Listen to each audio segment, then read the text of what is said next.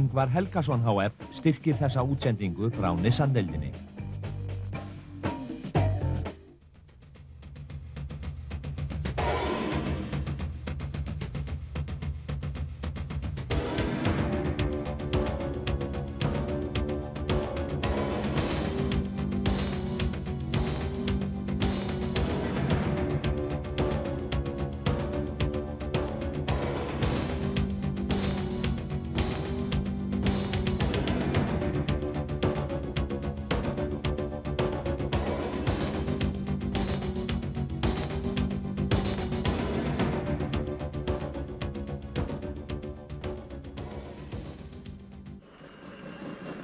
Í KA-heimilinu á Akureyri tóku heimamenn á móti Stjörnunni og hér Konráð Ólafsson að koma Stjörnunni í 6-5 miðjan fyrir hálfleikinn.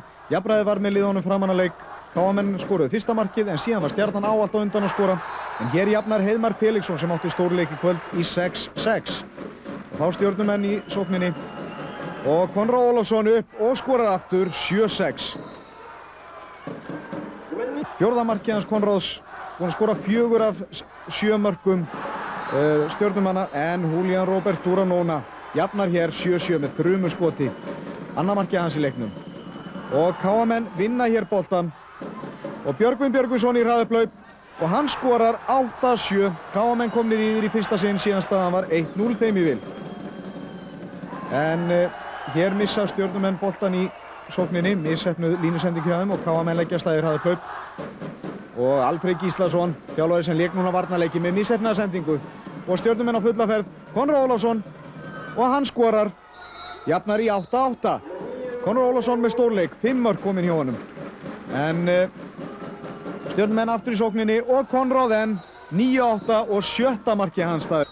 Stjörnumenn fóru illa með KA-menn hér í fyrsta leiknum en KA-menn hendur sín síðan á heimavelli Stjörnunar.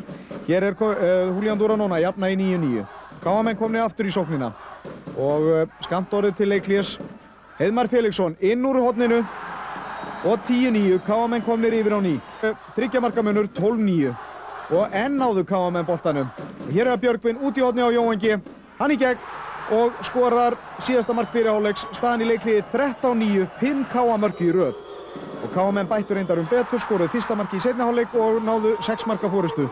En hér sáum við Hermann Karlsson sem átti stórleik í marki KA-manna verja vítakast frá Konráð Ólafssoni og síðan Sergei Sísa með skot í slána og hér fiskar Alfred Gíslason ruðning á Stjörnumenn miðjan seinni hálfleikinn í stöðunni 17-13 fyrir KA og sjáu þið fagnaðarlætin í KA-heimilinu.